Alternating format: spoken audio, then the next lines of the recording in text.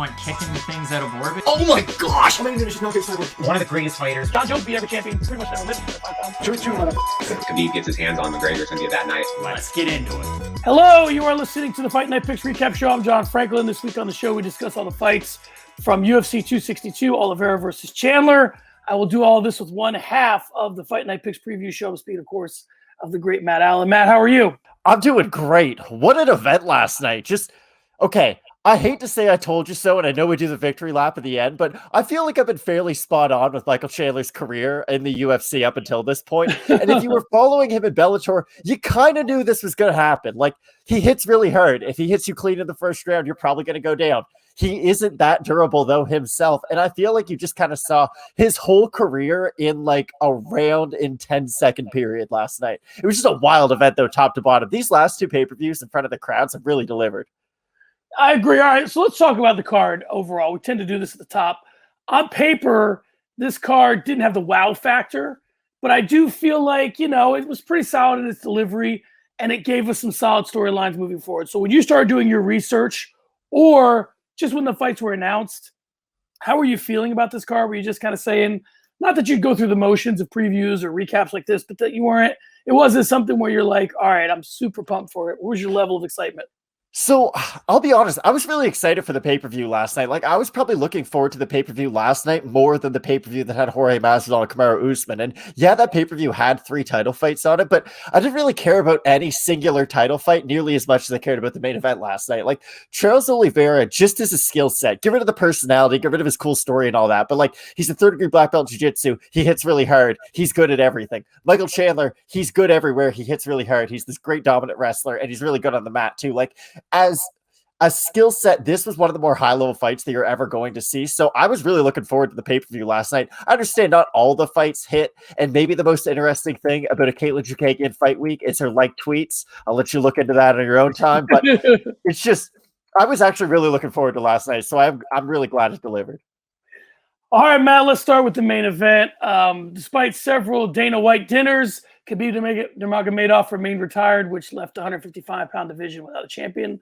After an utter destruction of Conor McGregor, Dustin Poirier seemed like the guy who should vie for the title, but he opted for another payday. So we got Chuck Olives and Michael Chandler, both men with long past the lightweight division, with Chandler spending the bulk of his career with Bellator and Oliveira with a tough streak to schedule early, and then never being able to quite find that signature win to propel him to the title. That all changed, of course, when Chandler decapitated Dan Hooker and Oliveira manhandled Tony Ferguson.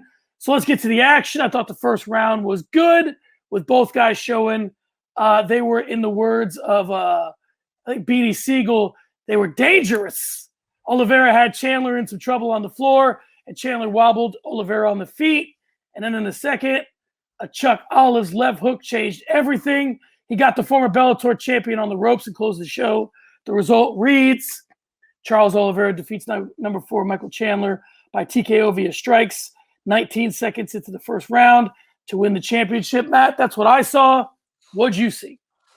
I saw a wild main event last night. That was just an insane fight. And here's the cool thing about last night. We saw both fighters in their best positions. Like, where's Charles Oliveira at his best? Goodness, you've got me saying Charlie Olives now.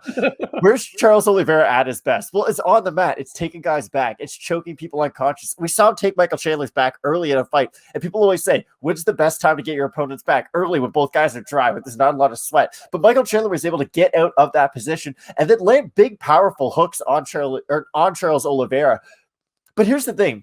I kind of mentioned it before. Like, you kind of know everything you need to know about Michael Chandler before he ever came into the UFC. I hate to use the term glass cannon, but like, listen, he hits really, really hard, but he can't take the most damage you've ever seen in your life. Like, if Michael Chandler had the chin of Justin Gaethje, let's say, he'd probably be the Michael Jordan of MMA. But this is the problem. Like many great fighters, he has his weaknesses, and his weakness just so happens to be his chin. And that's what always makes for a really fun fight, because for Michael Chandler, like, his power, I would say, is at like a 10 out of 10. If he hits you clean, like, you're probably going to go down.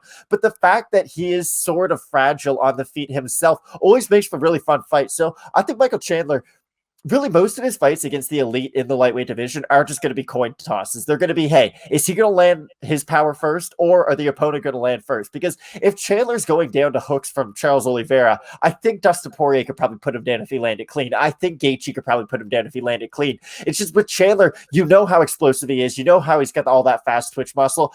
I just thought it was a really great fight last night. And with Khabib gone, I do think Charles Oliveira can now say I'm the best lightweight in the world. And listen, people know I love Dustin Poirier, but Poirier decided to go after the money fight in Conor McGregor, and Charles Oliveira was willing to step up to the plate against Michael Chandler. So you just can't say enough good things about Charles Oliveira, who for the longest time people say, oh, this guy didn't want to go through adversity. Well, how fitting was it that he actually won the title by getting dropped in the first round, by going through all that adversity, and then showing just like what a champion's supposed to be made of, going for it, getting that win early in the second round. Just a wild performance from Charles Oliveira. And if you know anything about his story, like this is a guy who grew up in the favela of Brazil, like poorest of the poor, had nothing, and now he's the world champion. Like it is an absolutely wild story for Charles Oliveira. You know, and I'm going to do this like it's a meme or like it's something on TikTok. I was today years old when I figured out that I learned that Do Bronx means of the favela. I did not think that it was a New York thing necessarily, but I just never looked into it. I was like, hey, this guy's name's Do Bronx. It's pretty cool. It's a pretty cool nickname. I don't really care what it means, you know. I was today years old when I found out it means of the favela. So let's talk technique first, and then we'll talk about what's next. I want to talk about, do you think that, because, you know, everybody says after the fact, this is what I thought in between rounds, especially when there's a finish, right? I'm being honest. I legit thought between rounds that the success that Chandler had in the first round was going to be a problem for him moving forward. And it seemed like it was. Like he felt like he was probably the better striker on the feet, ended up getting clipped. So one, do you think any of that played into it? And two, this reminded me of when, God, what was the fight when somebody got cracked and they were running and they were chasing as well? I want to say it's a Verdum fight, but Every Alistair Overeem fight. yeah, well, the Verdum thing was different in that he chased Stipe and then Stipe planted and dropped him. But do you think that a lot of guys do that? They get clipped with like an outside wide hook and then they start running along the cage. Why does no one ever just turn back into the fighter? I mean, what are the odds that, you know, he's going to be ready for that? Maybe, you know, they might throw a knee. I don't know. So let's get back to the question. Do you think that the first round success for Chandler led to the second round finish for Oliveira? It's just so hard to say. And that's the weird thing about Michael Chandler's career. Like a lot of his losses are by stoppage. Like Will Brooks, Craig kept on glossing over the fact he was like, oh, well, Will Brooks beat Michael Chandler, but like, that's not a big deal. It still happened though. And he beat him soundly. Like you don't accidentally beat a guy by third round TKO. You know, you don't just stumble into an outcome like that in a fight. And the fact that he was stopped by a guy, and Will Brooks, who, yeah, he hits hard, but he's not some dominant finisher by any means. And you saw what his run in the UFC was like. And I'm not saying that if he can't have success in the UFC, you're no good at all, but like, listen, Will Brooks is an okay fighter at best, and he was able to beat Michael Chandler. I just think anyone who has a puncher's chance and decent power can get to Chandler. And for Oliveira, like Daniel Cormier had a pretty good night where he was summing up people's technique because he pointed it out right after. I don't know who he was talking to, but it was like a 3-minute video on YouTube, and it was Daniel Cormier just saying like, Charles Oliveira has perfect technique no matter what he does, whether it's on the feet or on the mat. Like you watch the way he throws that left hook, his right hand is tucked firmly up to his chin. Like he is ready for the counter shot of Michael Chandler. I just think you have to give your hat off to Charles Oliveira at the end of the day. Like this is a guy who everyone saw as just a grappler for the longest time. Like I remember picking Clay Guida to beat him not that long ago in a fight. And I was like, oh, Clay Guida's wrestling might be a problem for Charles Oliveira. And of course, guess what happened? Charles Oliveira choked him unconscious in like a minute. Because of course, Charles Oliveira is a very good fighter and Clay Guida was good in 2007.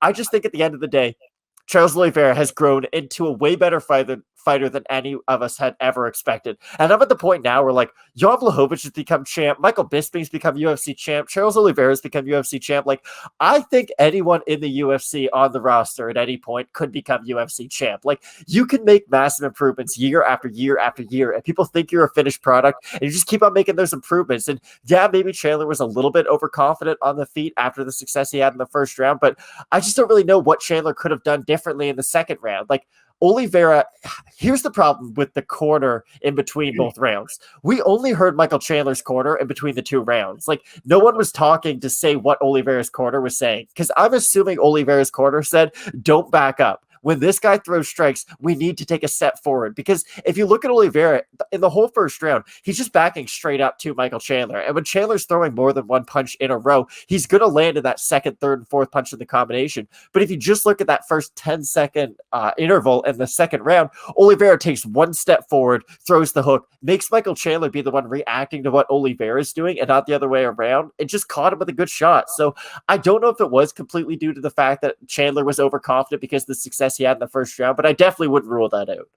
Well, when we talk about techniques, one of the things that fighters have to keep in mind, listen, they don't need me to lecture them. Obviously they know, but when you're a guy like Chandler and you're the shorter fighter and, reports are what they are, I think he's listed at like 5'8". I've heard as small as 5'5". But here's where I thought the fight got interesting.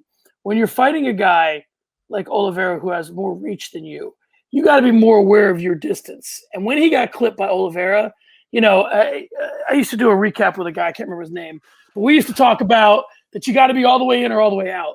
And he was neither, right? When he got clipped by Oliveira, he was in no man's land. He was kind of where Oliveira could reach him, where he couldn't reach Oliveira, and that became the shot that did him in. Let's talk about moving forward. Do you think this is the result the UFC wanted? I mean, certainly not in the way the fight was promoted. It seemed like everything was building for Michael Chandler. But if we can agree it's not what the UFC wanted, could this be one of those happy accidents where you find a guy that maybe you can do something with promotionally?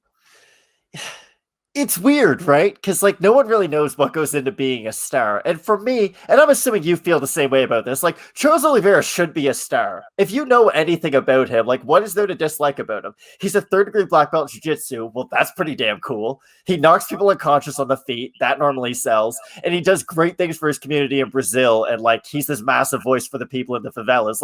It's a really, really cool story. And if you follow MMA at all, it's not hard to, I guess, just really be a fan of Charles Oliveira, or at least be a fan of the story. And I brought this up when we were doing the Fight Companion. Remember Meryl Streep was accepting her Golden Globe Award, and she was like, if there's no diversity on TV, we'll only have football and mixed martial arts. And those are not the arts.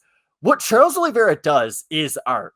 He fights in a very beautiful way. And I know that's a weird way to say it, but Charles Oliveira doesn't fight in a way that makes you say wow, I need muscles to be like that guy. He's kind of like Steph Curry for the lightweight division or for the UFC. You could look at Charles Oliveira. He's kind of tall and thin, but he has the touch of death, and he's so deadly on the ground. So I think Oliveira could be one of those happy accident stars. But the big problem with Oliveira is he just doesn't speak English all that well. And it really sucks that that's a big X factor for North American crowds, but it is going to somewhat limit you with North Americans. Now, do I think Oliveira and Figueiredo can go on these kind of long dominant runs and you can start putting them as kind of headline or main event, co-main event? I think you could put those two together and really sell out any single arena in Brazil and really have fun events in that South American crowd, because those are two guys who, again, I'm pretty sure Charles Oliveira could sell out an arena in Brazil. And same thing with Edson Figueiredo.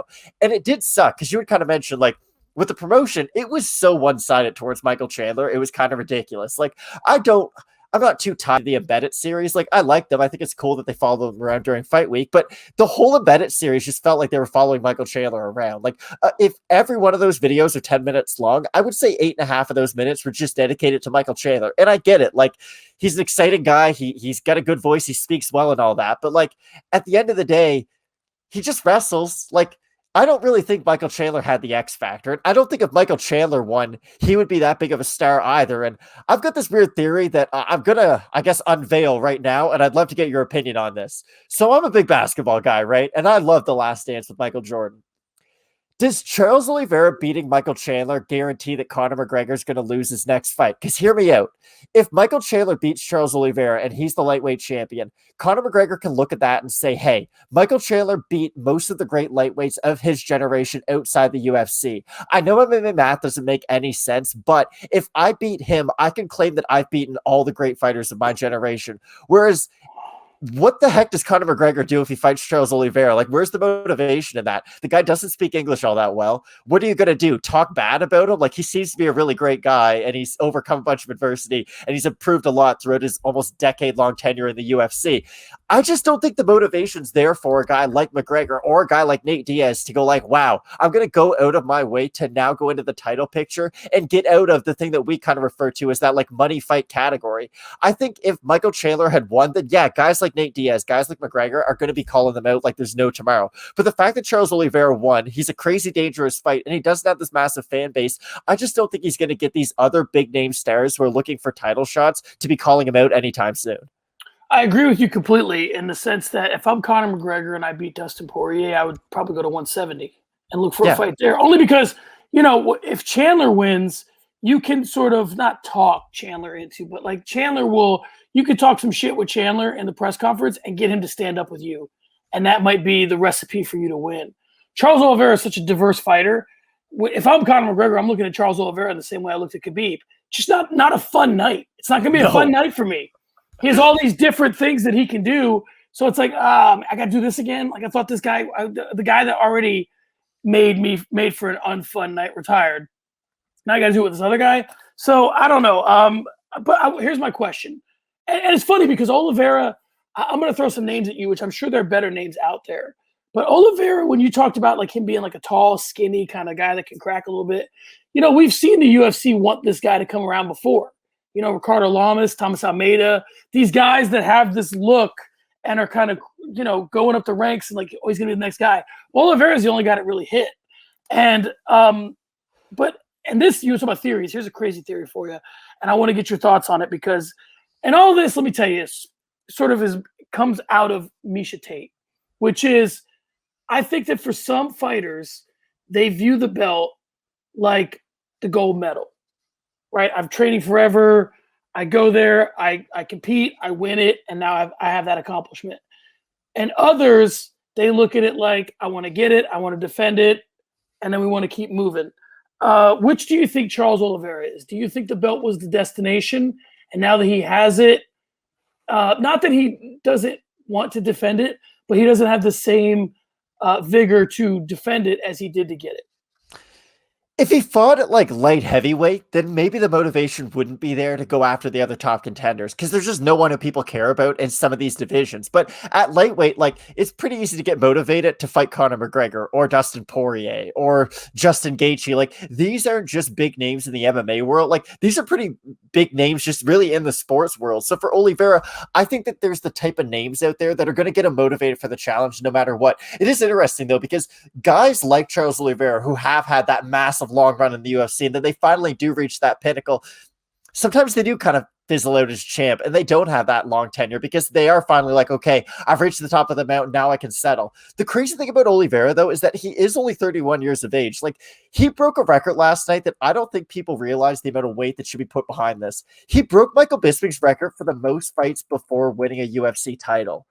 Like, that was a record that I never thought would be broken. And you got to remember, when Michael Bisping won the title, he was an old man by the time he was middleweight champion. Like, he had already done so many great things in the sport up until that point. Charles Oliveira is 31 years old. He has a ton of years ahead of him. It's not like this is a guy who's so aged out of the sport that he does only have 2, 3, 4 fights left. I think Charles Oliveira is going to be around for a really, really long time. It just is interesting because his winning streak's weird. Because I brought up the Clay Guida win, so let's just go through his winning streak quick. He loses to Paul Felder at UFC 218, ground and pound, no big deal. Everyone can lose to Paul Felder by knockout. There's no shame in that. Then he beats Clay Guida, good fighter, Christos Giagos, who we saw last night, a fairly decent fighter, Jim Miller, David Tabor, Nick Lentz, Jared Gordon. All good names, but none of those fighters are elite by any means. And then you look at the last three, Kevin Lee, Tony Ferguson, Michael Chandler.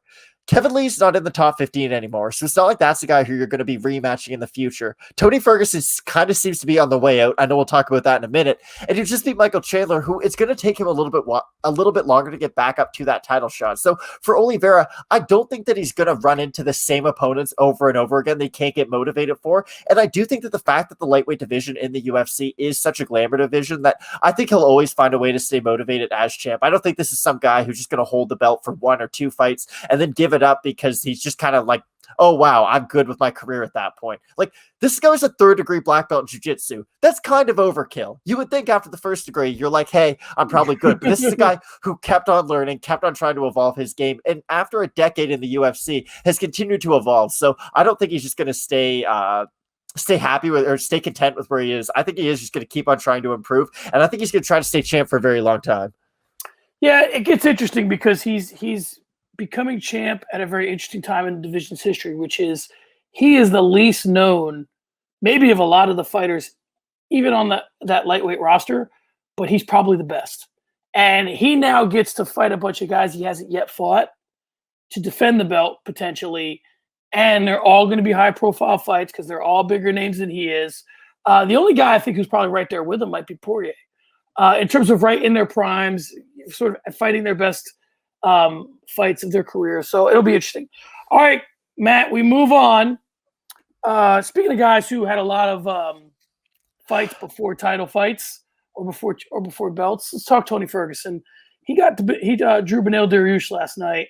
And, you know, Ferguson, maybe of anybody in the history of the UFC, his timing's been the worst. I mean, when he was the guy who probably could have beat Khabib, the fight just never came together. And then by the time he sort of had moved on from that, you know, he had some injuries of his own, and then now he's sort of like freed up to move on from Khabib, and he's just not the fighter that he used to be.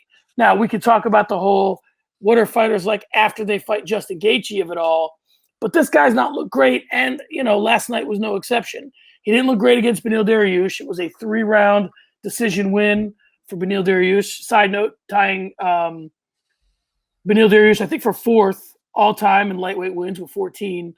What'd you see in this one? Because I just saw Tony Ferguson, who seemed like the guy who was still making the same reads and knew what he was looking at, but just did not have the quick twitch anymore to pull him off. Do you think he's lost some speed? Do you think that he's punchy? Where do you think he's at? What'd you see? Okay, I'm going to give you an NBA comp, and I think this is a pretty good one. It just came to me. So the Hall of Fame induction ceremony was yesterday, and it was like 3 of the players that I grew up watching: Kobe Bryant, Tim Duncan, and Kevin Garnett. Is Tony Ferguson the Kevin Garnett at the UFC, where he does all these great things before he does get to the top? Like, his kind of winning streak was his Minnesota run, if you will, where, yes, he's the MVP, and yes, you know how good he is, but no one really cared because of the people he was doing it against. And this isn't fair to Tony Ferguson, but I think in hindsight, he has one of the more underwhelming 12-fight winning streaks in UFC history. And I don't feel good saying that by any means, but look back at his best win. Kevin Lee in 2017 isn't the best win you can have if you've won 12 fights in a row. And listen, we can have a bunch of different conversations about, like you had said, what happens after you do fight a guy like Justin Gaethje and you do take that much damage. It just, I guess what I'm getting at is we could have 2 different conversations about Tony Ferguson right now. You could look at it one way and say, hey, he lost to Justin Gaethje, one of the best strikers of our time, really. He lost to Charles Oliveira, one of the best grapplers in the world. He lost to Beneil Dariush, who is an elite lightweight. Or is he kind of spent at this point of his career? Because before that Gaethje fight, it was weird. Before the Gaethje fight, everyone was just talking about what Tony Ferguson was going to do to his opponent and the damage he was going to inflict. But after that Tony Ferguson fight, everyone just talks about the adjustments that he's going to make in his camp. And that's always something that you hate to see. Like, Robbie Lawler hit that point after he fought like Cowboy, and he beat him, but just barely, where it turned into, well, what's Robbie Lawler going to do next? Like, how is he going to change? And once we start talking about fighters and how they're going to change once they're north of 35, I just think that's when you kind of know a fighter's past their prime. Like, Tony Ferguson has done great things in the sport. He's got one of the longest winning streaks in UFC history. He is a shoo-in to make the Hall of Fame no matter what. It's just unfortunate that by the time he did finally fight his way to the top 5, he had taken so much damage. The injuries had piled up. And here's the other thing, too. Like, we could talk about Tony Ferguson now. He's on a 3-fight losing streak and how it looks pretty bad right now. Like, he could have torn his ACL last night. He could have torn his MCL last night. We still don't know what kind of damage Beneil Dariush inflicted with that ankle or that knee bar. Like, Tony Ferguson could still have a really major injury right now at the age of 37. Like, I still think this could get a little bit worse before we see the end of this story for Tony Ferguson. So for Ferguson, it sucks. You just lost to 3 really, really good lightweights, but this is another really disturbing stat. Do you know how many significant strikes Tony Ferguson has landed in the last 30 minutes? Tell me. 34. This is a Yeah. guy who is known for setting historic amounts of output in his fights. And a guy who we were talking about, like, Tony Ferguson was one of those fighters who would look the exact same in the first round as he would in the fifth round. And it's not like he wasn't throwing a lot of output. It wasn't like he was one of those fighters who would just work behind a jab. Like, Tony Ferguson would throw hundreds of strikes every single round and not get tired because of it. And now we're seeing a guy who, it just seems that he reacts to a lot of what his opponent's doing, and he's not the one going out there worried about what he himself is doing. So for Tony, I just think it's it for him fighting the great lightweights. Like, I threw out one fight last night. I'd love to get your opinion on it. Maybe Ferguson versus Ally Quinta. Like, it's not the best fight ever. It's two guys who are still okay. I think they can still beat other lightweights, but two guys who I don't think are going to be winning world titles anytime soon. Just a fun fight if you want to throw Tony Ferguson out there one more time. I just don't think Ferguson's going to be fighting the Dustin Poiriers and, the Charles Oliveira's anytime soon. I think it's time to give him a guy outside the top 15 just to see where he is. And if he loses that one, it's probably it. Well, you gave me a lot to unpack there, Matt, so let's unpack it. So I think that I would disagree with you on the winning streak because I'm looking at some pretty impressive names. Now, the problem is that if you don't have the benefit of hindsight, you forget that, like when you see in a row he beat RDA, Kevin Lee, Pettis, and Cerrone, you forget that Pettis – go ahead. I'm going to be a dick right now, but this is the problem. Like, you forget Cowboy lost a bunch of fights in a row right after that. Anthony Pettis, it's not like he was in his prime anymore. Like, I hate that I'm doing it, but Tony Ferguson does have one of those win streaks where when you do look at all the wins, it's like, well, Josh Thompson was good, but he was kind of on his way out. RDA almost died the day before because he was cutting so much weight at elevation in Mexico. On top of the fact that he had almost died the day before fighting Eddie Alvarez the last time he fought at 155. Like, I hate to pick it apart so much. It's just... I just hate where Tony Ferguson is in his career right now. Maybe I'm being too much of a downer on it. It sucks because this really was a guy who we were talking about as one of the all-time greats in the organization. Right, but then I guess my point is that you can't have both ways. You can't say he's one of the greats of all time in the organization and then discredit his wins. So I guess here's my thing. Because there's a bigger point I think to be made here beyond his wins, because everything I think is matter of perspective. If he goes on that win streak and then wins the belt, it looks more impressive than if he goes on that win streak and then loses 3 in a row. Here's the other question, right? Tony Ferguson's a weirdo. We can all agree on that. But he does some of this weird training stuff. Do you think what he does in the gym is starting to take a toll on him? And this is what I mean by that. I'm a runner, right? I like to run. Now, at some point, when you run a lot, you reach the thing where you have what I call the crossover moment, which is my cardio is amazing, but now my legs hurt because I'm running so much. And so unless you take care of your legs, it doesn't matter how great your cardio is because you might have the wind to run 10 miles, but not the legs to run 10 miles. So do you think some of the stuff that Ferguson has done is starting to take its toll? Some of the crazier gym stuff, some of the sparring, is it starting to pile up? Yeah, without a doubt. Like, Tony Ferguson's 37 years old. Is MMA the only sport where age doesn't matter? I just feel like MMA is the one sport where it's like, okay, he's 36, but we have to still expect him to fight like he's 31 years old. I think you can do that type of crazy training methods when you are like 32, 31, maybe 33. But once you do get around that 33, 35 mark, like LeBron James is as close to an invincible athlete as you can possibly get. And once he hit 35, like you're starting to see he's breaking down over time. And you don't see LeBron James doing like 9 somersaults and then trying to dunk the basketball in practice before a game in the regular season. So I just think, I think you're spot on, honestly. Like, you can get away with some of those training methods when you are younger. And yes, they look fun for your Instagram. And to a certain point, I'm sure they market them. But I think at 37 years old, you just kind of got to realize that, like, hey, it's time to start training in a much smarter way. Because here's the one thing I'll give Tony Ferguson credit for. He was much more elusive in this fight, I felt like, than he was in his previous 2. Like, I know the conversation was that he went to Wildcard, he was working with Freddie Roach, he was trying to be more elusive. His head movement didn't look bad. Like, he didn't get hit by very many clean shots in the feet. And it's not like Beneil Dariush is some scrub in striking. Like, he's been training with Rafael Cordero for years now. Beneil Dariush is a really good kickboxer. So I do think Ferguson made improvements in the areas that I guess he went out to make improvements in. I just think I'd love to get your opinion on this too, because you had brought up the training.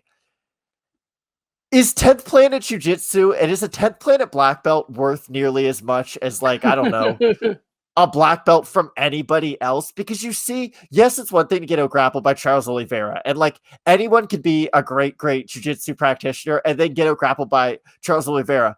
Beneil Dariush is a really, really good grappler, but like Michael Chiesa choked out Beneil Dariush. I've seen Beneil Dariush get submitted before. And the fact that Tony Ferguson just had zero success, and Beneil even said it. He was like, yeah, at the end of the first round, I could feel it. Like his arms were completely spent. He was completely burnt out.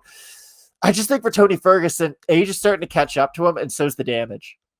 Well, I'll give you a couple of comparisons, and then we'll move on. I think that 10th Planet is so out there with the kind of training they do and the things they bring to the table that, of course, occasionally you're going to have I'll put it to you like this. Dame Lillard and John Morant went to small schools, but that's not the path to the NBA. Meaning those guys got to the NBA because they were great and they happened to be, under recruited or whatever the case may be. I think that 10th Planet, if you get the right athletes doing 10th Planet, it can be effective. I don't know that in and of itself it's as effective as other forms of jiu-jitsu, other schools. I think they're just kind of out there, and once you figure it out, it's like it works because there's not a lot of film on it. There's not a lot of guys that understand it. Whereas if you do traditional jiu-jitsu, most people know the counters and they know we're all sort of training the same thing, but each instructor does things a little bit differently. I think 10th Planet is just so far out there. That's what helps them. You mentioned, because we did say we had a lot to unpack. You mentioned, and I hate that we're talking about Tony Ferguson when Dariush gets the win here, but you talked about maybe an Ally Quinn fight. That sounds good if you need somebody to help you boost the ratings of like a fight night. Maybe you make that the co-main event or the main event. What about throwing Ferguson out there against one of these young lions and getting a big name? No, not for Ferguson's sake. Oh, I'm saying using him as the guy. Like, all right, if we're going to use, meaning if you got 1 or 2 fights left on Ferguson's deal, how do you best maximize him if he's on his way out the door anyway? Do you put him in there with a prospect that he probably won't beat? And the kid gets Rodriguez, everybody. Right. Like BJ Penn, they were like, listen, you haven't won a fight in 11 years? Do you want to fight Yair Rodriguez? I understand everything he does wasn't even invented back when you were a champ, but hey, take a chance. Why not? I don't think he's at that point. Like, I think Ferguson can still have competitive fights against some decent fighters. And personally, I feel like he's done enough for the sport. And the fact that he was never given an undisputed title shot, you can't do him dirty like that. To put it, I can't really say it better than that. Like, Tony Ferguson deserves better. I do think he deserves, give him a few of like, do what you tried to do with Rashad Evans when he went down to middleweight. Remember when Rashad Evans fought Sam Alvey? And it was sure, that makes sense. Like, I know Rashad Evans, like, they probably should be trying to build, some young guy's name off of Rashad, but like, you just got to do an older guy a favor at a certain point. And with Ferguson being 37, I think if you sat him down and you were like, listen, Tony, we know you're not going to fight Dustin. You're not going to fight Charles Oliveira anytime soon. Like, what is your realistic career path for yourself? And if he can be honest enough to say, like, listen, I'll go out there and fight, let's say Ally Quinta, I'll do a Cowboy Cerrone fight. I'll just do stuff in that area. I'm not even saying those are the names, just along those lines. Then I think the UFC would oblige. I just don't want to see them make Tony Ferguson fight Islam Makhachev, because I feel like that's what we're getting towards right now. And I feel like that would be a tremendous disservice to what Tony Ferguson has done in the UFC up until this point. Because Beneil Dariush, he's a great wrestler. He's a great grappler. Charles Oliveira, same thing. You know what Islam Makhachev is also very, very good at? Wrestling and grappling. And I just don't want to see Tony Ferguson get out grappled for another 15 minutes. Just give him one of those graceful exits. I agree. We move on. We're gonna be quick with this one for a variety of reasons, but this had a lot of prelim vibes, even though it was on the main card. We're talking Matt Schnell and Rogério Bontorin. Bontorin gets the win here, but I can't really make heads or tails of this fight because it was supposed to be Schnell and Perez, so that would have been a Perez showcase fight. So now he goes to Bontorin. It's up a weight class because of a missed weight. What'd you see in this one? I saw a lot of Schnell sort of making reads and feinting and then just not really getting a lot done. Do you think that what'd you see in this one?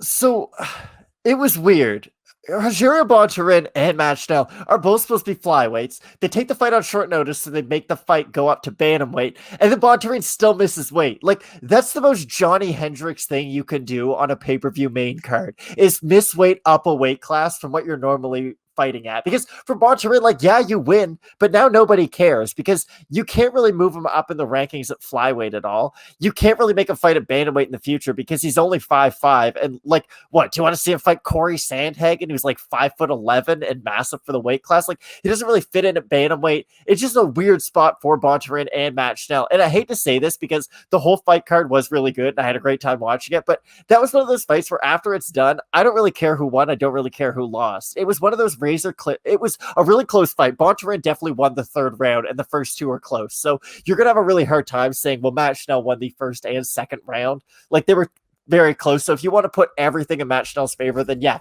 maybe he won the fight. But for Bontorin, I don't really know where he goes from here. I'm guessing the UFC just gives him a terrible stylistic matchup next at flyweight, try to make him make weight. And for Matt Schnell, kind of sucks. Like, he's a fighter who he might never be in the top 5. He might never win the title at flyweight, but he's a pretty exciting fighter to watch. He has a lot of knockout losses, which isn't a great thing to have on your record at flyweight. But when you look at the guys who he's lost to, like, listen, I'd probably get knocked out by Alejandro Pantoja too, and Rob Font hits really hard. So there's no shame in losing to the likes of those guys. It's just frustrating because you see on the feet, it seems like he takes one step forward one fight and then 2 steps back the next. Against Tyson Nam, who's a really, really, really good striker, he was working behind the jab. He never let Nam get close to him. Whereas Bontorin, the much smaller fighter, okay, I guess not legally, he was 1 pound heavier than Matt Schnell, but the much smaller fighter was able to get on the inside of Schnell. So I just feel like we didn't see the improvements that he was starting to show in his last performance. So you say we're going to be short on this fight. There really isn't that much to talk about. For Bontorin, you got to win up a weight class that you don't even belong in and you still miss weight as. So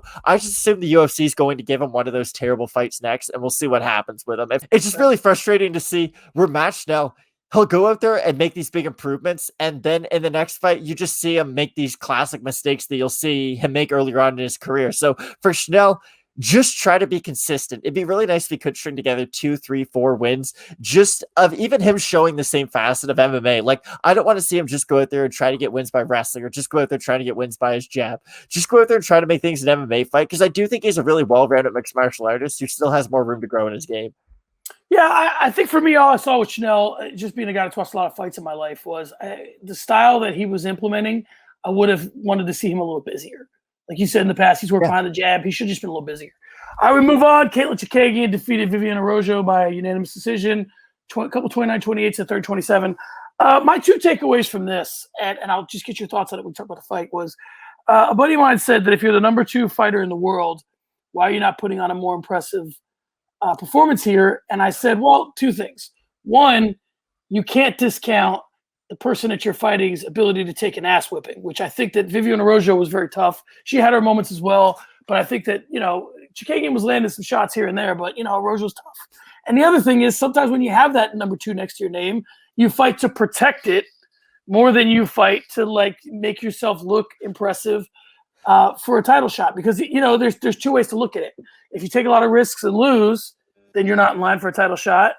But if you don't take any risks and look unimpressive, then you're not in line for a title shot. Do you think that Chookagian helped herself out at all last night? Craig and I disagree on this, but I think you'll agree with me. You need to be impressive to get a title shot, especially the fact that Katlyn Chookagian, she lost by first round knockout to Jessica Andrade by a body shot, who is now the number 1 contender in the division, and you got absolutely dominated by Valentina Shevchenko. You're only getting another title shot if you do have a really impressive showing, or if you do go out there and get a finish. And for Chookagian, she's one of those fighters who just knows how to win fights, and it's frustrating to say because she just throws a lot of volume, doesn't get hit clean all that much, and that's kind of the story on her game. For Araujo, she was a fighter who everyone talked about her power and her Muay Thai. She's never really been able to put good wins together against top level of competition, and that's really unfortunate. And she's a fighter too. At 10-3, you just assume that she doesn't have, or that she isn't that old, but she is 34 years of age. And at flyweight, it's not a great age to be at 7th in the world. So for Chookagian, I think she is going to have to get a finish at some point sooner rather than later. She beat Irene Aldana at 135 pounds. Aldana was a fighter people thought could have a chance against Amanda Nunes. Katlyn Chookagian beat her in a striking matchup. So I think Chookagian can go out there and beat most women at the flyweight division. I just think for her, she has these massive 2 speed bumps in front of her in Jessica Andrade and Valentina Shevchenko. And I think she can beat every single fighter in the division except for those 2. We move on. Edson Barboza and Shane Burgos opened the main card. The fight went 3 rounds and had a weird ending, but it was a pretty impressive and fun fight to watch throughout. It looked like it was going to be Barboza's leg kicks versus Burgos's. And side note, the fact that someone isn't trying to get I understand that it's his name, the name recognition, but man, Shane Burgos fighting one of these YouTubers or whatever, like that guy, that'd be fun. But, Burgos obviously can't carry that. So let's talk about the fight. It was Barboza's kicking against Burgos's stand-up, straight-up old-school boxing. That's what I saw. What'd you see? I mean, Barboza's got hands, though. That's the thing that people forget. Like, yes, it's the kicks, yes, the spinning kicks, the leg kicks, but at the end of the day, like, Edson Barboza's got real pop in his shots. And Chael Sonnen put out a video. The one great thing about Chael Sonnen is he normally has a video about every fight of the main card up pretty much 5 minutes after the main card is over. And I liked one thing he said about Edson Barboza. There's not a lot of fighters in the UFC who are just straight up scary. But like Edson Barboza is a scary fighter. Like you can't have him fight unranked fighters at featherweight because I'm here to tell you something. He's going to seriously hurt them. Like Shane Burgos is a very, very high level fighter and an extremely durable one. He got wobbled by about 4 overhand rights in the first round, looked all right in the second round. And when you thought Edson Barboza was completely spent and had no cardio left, he was still able to get enough power shots off to put Burgos away. And Burgos ate massive overhand rights from Josh Emmett, one of the hardest hitters in the UFC pound for pound. This is wild to me how in the flyweight division, we talk about like Katlyn Chookagian, Viviane Araujo. Like Viviane Araujo was considered a dark horse contender in the flyweight division. Edson Barboza gets no hype whatsoever as like a dark horse in this division. And he's out here destroying fools and making it look crazy. So for Edson, I really think he can strap together a few more wins and get some sort of a title run together. I do feel like him at 145 pounds.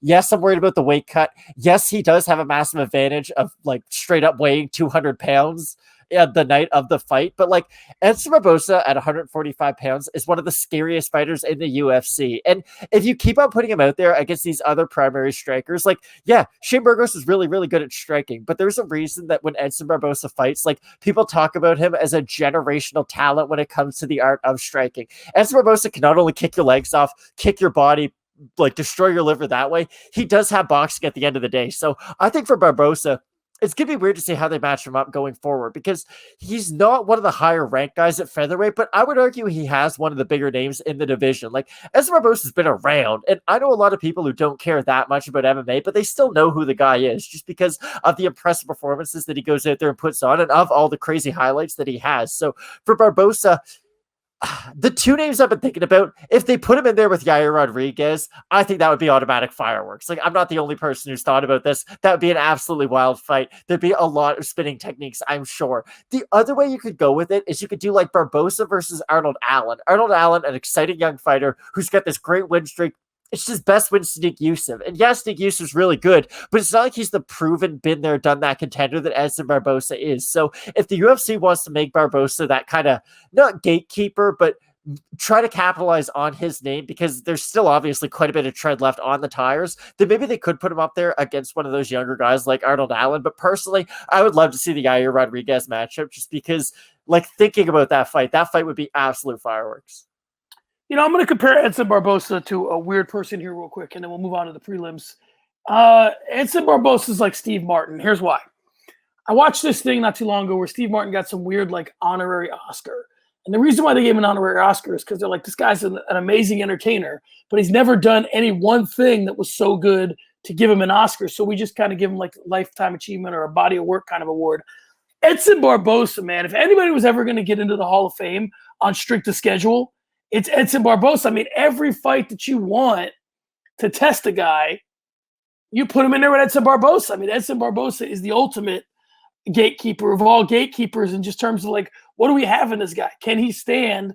It's like they're sitting around the UFC offices and go, can this guy stand with Edson Barboza? Let's find out. So he definitely deserves something for that. But I'm with you. I mean, there's always going to be interesting matchups. But even like you said, you're putting him in there with a guy to see what we have in that guy as well. So that's going to be, I think, Edson Barboza's but he's one of those guys that, someday you maybe want to sit down with your kid and go, this guy Edson Barboza. One of those guys that not a lot of people talk about. But if you sat down with your kid and just watched Edson Barboza fights, you'd have a hell of a Sunday. All right, let's move on to the prelim card. We'll start with Andrea Muniz defeating Jacare Souza by submission via armbar. I mean, listen, he's getting beat anyway in every way you can get beat. Is it the end for Jacare? What are we looking at here? It's the end.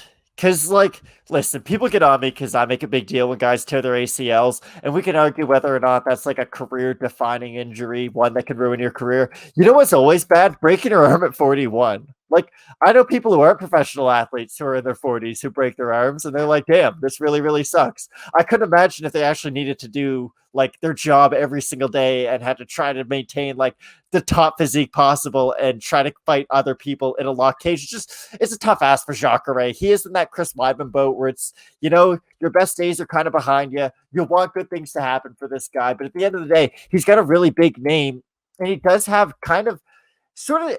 Jacare still has that mystique next to his name. I know people weren't as excited this time out. I do feel like that Kevin Holland fight and just his recent string of losses have sort of ruined the mystique of Jacare, but Dave and I still get excited for a Jacare fight, but once you see Jacare, a guy who really just legendary in the jiu-jitsu community, get submitted, that's kind of it, and we can argue whether or not, could he fight another legend fight? Could he fight an up-and-comer? I don't want to see Jacare fight anymore. I've seen him lose 4 fights in a row. He's a legend of the sport, former Strikeforce champion, one of the greatest UFC fighters to never hold a UFC title and to never fight for a UFC belt, but I'm glad with just leaving Jacare's legacy where it is. Let's move on. Number 11, Andrea Lee defeated number 12, Antonina Shevchenko by submission via triangle armbar. What'd you have here? This is a hot take, but Antonina Shevchenko is just not that good. It's those pictures where it's man, remember Blake Griffin had a brother who got drafted by the Phoenix Suns, I think? Blake Griffin had a brother who was in the NBA. Wasn't as good as Blake Griffin. There's a reason I know who Blake Griffin is today, and I still have a red Clippers jersey somewhere here of Blake Griffin, and I couldn't even tell you what his brother's first name is. It's just Antonina Shevchenko. She has the Shevchenko hype, but that's about it. Everyone talks about how great her kickboxing is. It's all right. Yeah, she got this crazy background, but we need to stop acting like everyone who has some kind of an amateur kickboxing background or has an amateur kickboxing title is the next Israel Adesanya. Antonina Shevchenko is all right at striking. She doesn't have any pop behind her shots though, and that's a really big concern for me. So if you want to come at me with Antonina Shevchenko is a 35-time world Muay Thai champion, I don't care anymore. I've seen her get outstruck in MMA fights, and I've seen her get taken down too many times in MMA fights for me to really take her seriously as a contender. And for the longest time, it did feel okay, Valentina was the best fighter in this division, and Antonina Shevchenko, they made a whole Dana White Tuesday Night Contenders episode for Shevchenko. As well as I do, they make those shows. They'll make the main event. Some guy will be a minus 700 favorite. Dana White and everyone wants that guy to win. Well, that was Shevchenko. They've given her every chance to succeed in the UFC, but I just don't think that she's the fighter that we were promised that she once was. Great win for Andrea Lee, and she really did need it, but I don't think Andrea Lee's fighting for a title anytime soon, and she was able to thoroughly outclass Antonina Shevchenko once it came to the grappling aspect of MMA, so I just don't think Antonina Shevchenko is anything that we were promised when she first came into the UFC. She's Jeremy Giambi, Matt. She's Gerald Wilkins. All right, let's move on. Lando Vannata defeated Mike Grundy by split decision, 29-28, 27-30, 30-27. What'd you have here? Weird scorecards. Lando Vannata definitely won that fight. I thought Mike Grundy was going to win leading into it, but boy, was I wrong. Lando Vannata looked good at 145 pounds. He's a big fighter at the weight class. He looked great physically.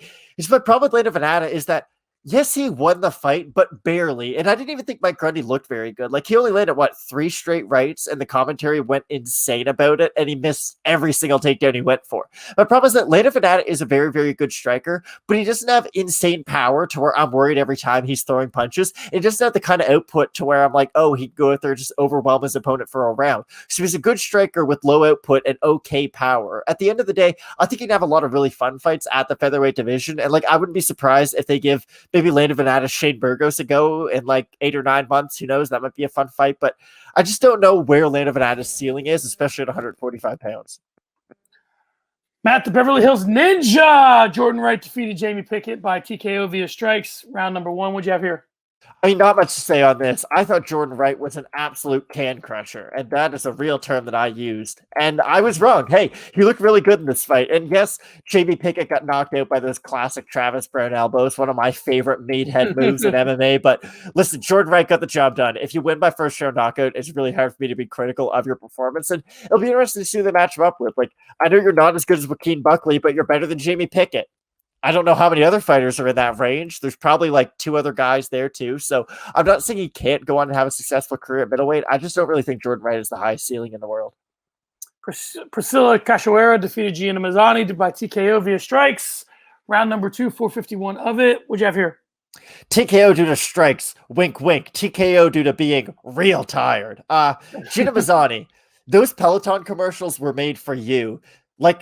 She just got so tired wrestling. And that's what I said going into that fight. I was like, hey, this fight could kind of be fun because Priscila Cachoeira hits surprisingly hard and Gina Mazany gets hit clean a lot. So it went, I would say, the most exciting way that it could have gone. Great win for Cachoeira, but it's kind of wild that Priscila Cachoeira is on a 2-fight knockout streak in the UFC. This is a fighter who is on the receiving end of a historical beating at the hands of Valentina Shevchenko. It just got on to get 2 pretty good wins in the UFC. So good for Cachoeira, but really not much to talk about in that one.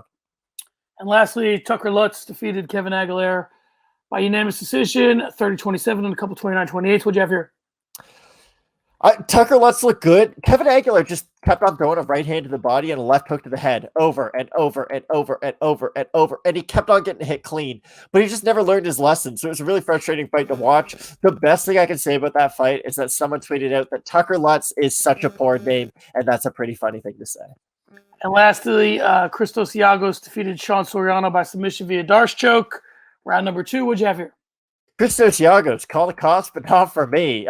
He got hit clean so many times in that first round, and he got wobbled in every single exchange, but this thing with Christos Giagos, he's been around for a while. He was the guy Charles Oliveira submitted to break Royce Gracie's record for most submissions in the UFC. That's how long Christos Giagos has been around for. And yes, he's had 2 tenders in the UFC, but he's a tough fighter to fight without a ranking next to his name because he's got good jiu-jitsu, he's got all right striking, he has questionable cardio, but he is a handful in the lightweight division for anyone outside the rankings.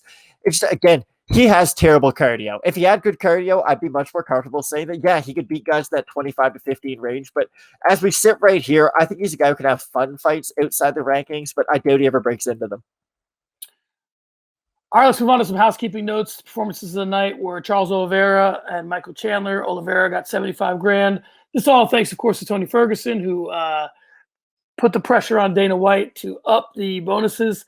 Shane Burgos and Edson Barboza got together for the fight of the night, $75,000 each fighter. And Christos, the aforementioned Christos Giagos, got $75,000 for his submission. You okay with all those? Yeah, listen, I'm not going to complain about any of them. If you wanted to get... No, fight of the night definitely deserved to be Burgos Edson. I was going to say, if you wanted to double bonus Oliveira Chandler, you could, just because that first round was so crazy with it being so back and forth. But again, I'm good with all of those bonuses. The only other person I would get some shine to is Andrea Muniz submitted Jacare. And yeah, it was via injury, but still, you submitted one of the legendary figures in the thing he's supposed to be legendary at. So hopefully Dana White gave him $10,000 after the event or something. But yeah, I'm good with all the bonuses. Let's move on to the victory lap. Let's talk about where you were right about last night. I wasn't right about much last night. I think I went 5 and 7 on the card as a total. I felt like I've been able to judge the career of Michael Chandler pretty good up until this point. I've been able to brag about that quite a bit because, listen, at the end of the day, yeah, he's a really good wrestler. Yes, he's good at grappling and he hits very hard. But if you're not durable fighting guys like Dustin Poirier, like Justin Gaethje. Like, think about what happened when Poirier fought Gaethje. Those guys beat the brakes off each other, ate a bunch of clean shots on the chin, and then Poirier knocked out Gaethje. Do you really think Michael Chandler can have one of those kind of fights with Justin Gaethje? And I guess I'm just asking you this question. Like, when you look at Michael Chandler and knowing what you know now about his durability, do you think he can have a Justin Gaethje type fight with Justin Gaethje? Because I don't. I think he's one of those fighters who, yes, he's going to be able to make there be a lot of chaos in the cage, and he's going to be able to use that chaos in a similar way that Gaethje does. But I just think when you don't have a great chin, it's going to be a big problem, especially against the elite of the elite in the lightweight division of the UFC. So for Chandler, I'm not saying this is it for him. I'm not saying this is it for him, especially at the top of the lightweight division. It's just, he would say it after the fight, that like, oh yeah, I'll be lightweight champ in the next 12 months. Let's put the brakes on that a little bit. There's a lot of great fighters in this lightweight division. Maybe they end up doing like Michael Chandler, Beneil Dariush down the road, because that's the thing about Dariush. He's also going to need a dance partner. And by the sounds of it after the fight, him and Justin Gaethje have a pretty good relationship, and that's really the only other guy I can see Dariush fighting at this point. So maybe they do Dariush versus Chandler. But all in all, I got a lot of the prelims wrong, but I did all right on the main card. I'd like to think I was able to call Edson Barboza as the upset over Shane Burgos. I just hate the fact that Shane Burgos is so hittable. And listen, we don't have to talk about brain trauma and whatnot, but like, Shane Burgos is one of those guys that I kind of worry about. You know what I mean? And like, maybe we don't even have to have this conversation, but like, every Shane Burgos fight is a car crash. And yeah, it's fun to watch, but like, after 2, after 3, you're like, listen, we kind of get it. Like, get your hands up and start fighting in a smarter way, because this story doesn't normally end well. So just for Burgos, hopefully he can take a little bit of time off, start to retool his game a little bit. But yeah, a lot more L's than there were dubs last night. Well, and I'll say this real quickly on Burgos. You know, I've been watching fights for a long time, and I remember when they were talking about this way about Arturo Gatti, which was, you know, you're taking too much damage, you can be a better fighter. He had a couple of fights there and got his way towards, I think, the Mayweather fight, just based on not thinking that everything I want to do needs to be predicated on me getting cracked to do it. And I think that Shane Burgos may be afraid that if he doesn't go into harm's way, he won't be able to get his shots off. But maybe he takes a step out, starts to work on that jab a little bit, maybe uses his head a little more defensively, makes someone chase after the head, make it not so easy to hit. There are options for you, Shane Burgos. So go look into him, and I think you might have a longer career. Who do you think won the night? It's weird because I felt like last night was a success. I don't know what the pay-per-view numbers were. I'm sure they were all right, because it did feel like last night's main event did have some hype behind it, just because they did market Michael Chandler so much in the main event. If you're asking me who the biggest winner was, it's weird. Of course, Charles Oliveira winning the belt is a big winner, but for me, Edson Barboza getting his first knockout at 145 pounds against a really good fighter in Shane Burgos, like, it's hard for me not to say Edson Barboza is not at least considered one of the biggest winners from last night, because he had that controversial split decision loss to Danny Gay, where he basically drops Danny Gay in every single round of the fight. He beats Makwan Amirkhani, and then it's like, okay, I know you can basically beat Danny Gay, and you're better than Makwan Amirkhani. Where's your ceiling at 145 pounds? I think going out there and putting on a performance like you did last night against a guy like Shane Burgos, facing adversity and then coming back from it, I think Barboza gained a lot of stock. But the same thing can be said for Oliveira. The fact that it's not just the fact that he won the title. Like, let me be very clear. I'd be much less impressed with Oliveira if he got that rear naked choke when he first took Michael Chandler's back. The fact that he did eat Michael Chandler's best shot, go down, and then get back up from that at the end of the second round, like, it's just wild to see, because, again, this is a guy who the story of his career was that he likes to give up. When you give him a way out, he's looking for that door. But the fact that he did face a ton of adversity against one of the hardest hitters in the division and was able to face that adversity and still win by knockout, just such an impressive performance by Charles Oliveira. Let me take a couple of turns here to talk about who won the night. I think that number one, let me tell you who did not win the night. And this is an old school, back in the day recap show, not for nothing. Not for nothing, UFC security. But if Charles Oliveira wants to find somebody in the crowd and hug him, you're not announcing the winner till he gets in there. He's not on your clock anymore. You're on his. So let him have his moment. Let him find and hug whoever the hell he wants. Stop trying to drag him back into the cage. Like, we got time. He knocked the kid out in the second round. All right, the fight was supposed to go 5. We got time for him to have his moment. One of the greatest moments in the history of UFC was when Jose Aldo went to the crowd in Brazil. Like, let this kid have this moment. I know Houston's not Brazil. I know they're worried about his safety. He's one of the baddest motherfuckers in the world. If you're worried about his safety, he's fine. he goes into the crowd, he's fine. Secondly, for who won tonight, let's talk about Brian Ortega for a second. Because last night, Tracy Cortez put out on her social media that she was spending the evening with Brian Ortega, and my man's doing everything right. If I'm gonna put him on social media, Brian Ortega is one of the most legendary coxmen in the history of mixed martial arts. And I have a question for you, sir. Yeah. Do you think that Brian Ortega will ever exceed in the cage what he has done out of the cage? Brian Ortega's going to write a book one day, and he's going to have like a Wilt Chamberlain number. You know? Like, he's going to be like, listen, it's like 50,000. And you know what? I'm going to believe him. Like, I don't care what the math is. I'll try to figure it out in my head. I'll be like, listen, okay, so like if he was like 17, let's say every day, like Brian Ortega's got some kind of legendary number out there. Here's the thing. He's got a massive fight on his hands with Alexander Volkanovski, and it feels like there's no hype around that fight whatsoever. Isn't that weird? Like, everyone cares about Max Holloway at the featherweight division. Has there ever been a division where the most popular guy in the division isn't, and it's not even close? Like, I don't think people realize just how much more famous Max Holloway is to just even the casual audience member than Alexander Volkanovski is. But I think you're right. Brian Ortega, yes, he didn't compete last night, but that man's doing everything he can to just, I don't know. Good on Brian Ortega. He cut the hair. That was a weird move, but like he's still getting dubs no matter where he goes. Listen, unofficially, and just for the record, this is alleged. Should anybody want to, take umbrage with this? Claudia Gadelha, Halle Berry, Tracy Cortez. The Halle Berry one's a little bit more rumored than the other two, but that's not a bad lineup. But we don't have those kinds of rumors, No, just the fact that that's a rumor means that he's doing something right. No one's on Twitter like, did you see Matt Allen of Fight Night Picks? Yeah, he was hanging out with Ariana Grande last night. Like, that's not something people are even throwing out as a rumor. So I feel like Brian Ortega's doing something right. I think that if I was Brian Ortega and I had to choose between beating Alexander Volkanovski for the featherweight title and those three, I'd probably choose those three. All right, guys, there you have it. Fight Night Picks recap show is in the books. One for the highlight reel, as always. Matt, what's next?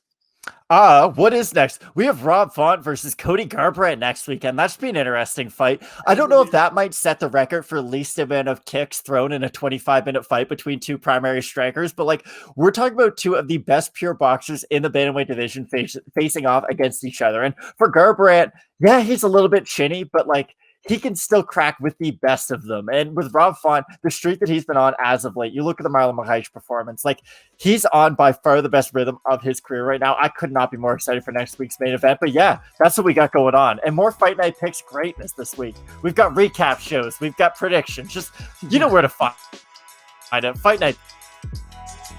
You know it. All right, let's get out of here in the traditional fashion. Let's do it proper. There you have it. One more in the win column, one more for the highlight reel, and one more for Fight Night Picks. Peace.